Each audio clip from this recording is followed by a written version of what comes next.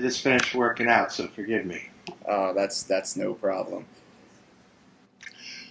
So, I have been a huge fan of yours for quite a What are number you of What are you years. smoking? Marlboro Reds. Oh, well, Reds. Jesus, man, your lungs are gonna bleed. They actually already have. All right, all right, go ahead. Anyway, all right. So, I have been a very, very big fan of yours. I have to admit that you really do epitomize internet. Thank you, Brandon. So, how did someone who graduated with a degree in history and English from Cornell end up hosting, something like Unscrewed? It's a really long story. You want the whole thing? I got the time if you do. Do. So, of course, as you know, you read in my bio or Wikipedia page or whatever that I did study literature and history at Cornell. During my tenure as a student at Cornell, the priest at this church where my parents took me when I was a kid, he smoked too many cigarettes and he keeled over of a heart attack. Okay. Now, this led to a chain of events which led to my becoming internet. And I'll explain to you how that happened. So this guy smoked too many cigarettes and he keeled over.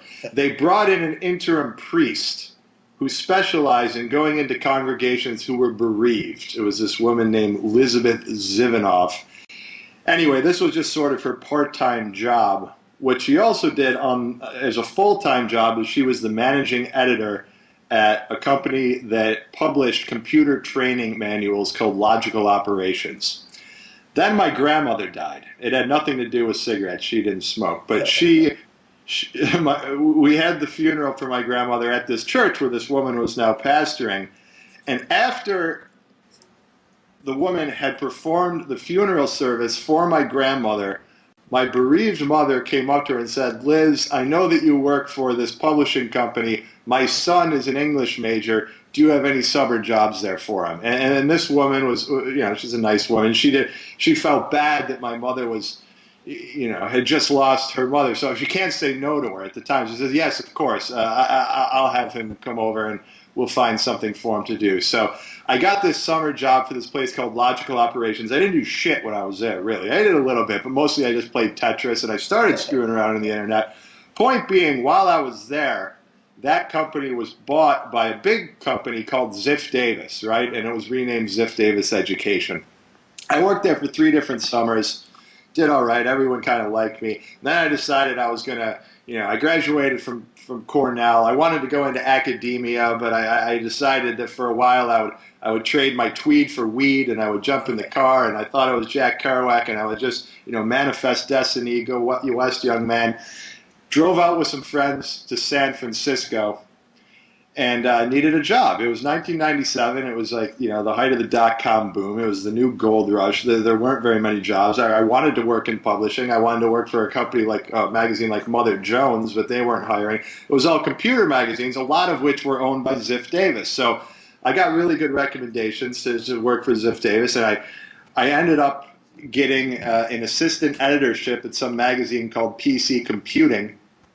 And I had never used a computer in my life at this point, really. I mean, just barely, a little bit of work playing the Tetris, but, I pretended that I would be able to do this. Anyway, I'm the editor of this magazine. Then they start up this TV station called ZDTV. They need to fill 24 hours of programming about computers and the internet, so they would tap their various editors and writers from the magazines to come on as pundits or whatever. So that's how I started first being on TV. They liked the way that I did things, and they eventually offered me a full-time consultancy. I was on Leo's 2 shows, Call for Help and the Screensavers all the time.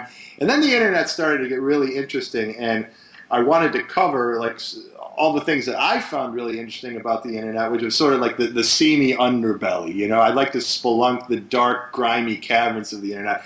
Well, those things really weren't appropriate to be discussed on shows like Call for Help and the Screensavers because they had G ratings. So myself and my producer, Paul Block, decided that what we really need to do is come up with a forum for me to talk about this stuff. And we shot a pilot for this late-night comedy talk show. It wasn't originally called Unscrewed. and it came out pretty good. And then we got some new head of programming at Tech TV who'd come over from the E Network, in some part because he wanted to work with me, and he had the exact same idea that he wanted me to host a late night comedy talk show just like this. So we handed him the pilot. He's like, "This is exactly what I want to do." Boom, go ahead, it's greenlit, and that's how I ended up going, to answer your question, from a student at Cornell to hosting a show like Unscrewed. I told you it was a long, boring story, but you asked, so I told you. and then of course the whole G4 Comcast debacle hit. Yeah, debacle. It was a shit show, man. It was awful. G4 was a terrible place to work. We were actually very happy at first. Mine was one of only 3 shows that was preserved when Comcast bought Tech TV and planned on merging it with G4. And my contract got sold down to 5, going to go down to Hollywood now. And this seemed to be like the right thing to do for my career. If I was really going to work in television, eventually I would have to move down to Los Angeles anyway. So I figured this is a good time to go down and try to ride the bulls in the Stardust Rodeo.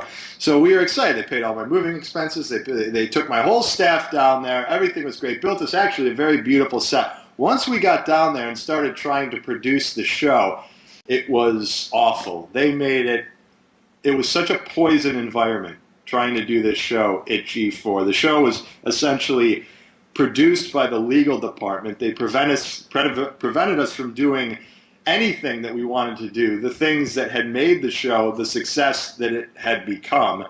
And it just caused such an awful environment. Nobody was happy. There started to be all this infighting among the staff, and it was just impossible to produce the show in this environment. The show was still okay. I think close viewers probably realized that there was something wrong going on. But the main thing was this guy who ran G4, his vision was to do a network all about computer games, video games, whatever. My show was not about that. So after about 2 months, they weren't happy with it. They didn't think that it was, we were too expensive or whatever, and they decided just to go ahead and cancel it. So it was kind of crazy. It was crazy. And then again, at first we thought that this was a good thing because it would get me out of my contract at G4 and let me, I had really great managers and agents by this point, and I, figure go shop my talents around elsewhere and to a network that actually pays a lot better than G4. Well, it's the Hollywood game is really difficult. It's not quite that easy. So, I was down there for about 3 years, and relatively, I guess I did all right. Shot a bunch of pilots. I always kind of worked. I had enough money to live by the beach and all that, but it was sort of a tough time.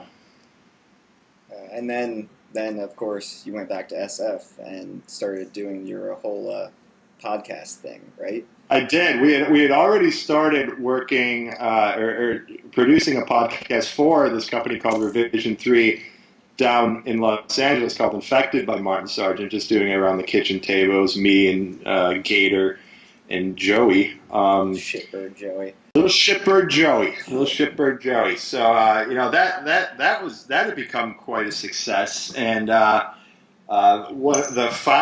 co-founder of Revision 3, this guy named Jay Adelson, he was a huge fan of the show, and he was really trying to convince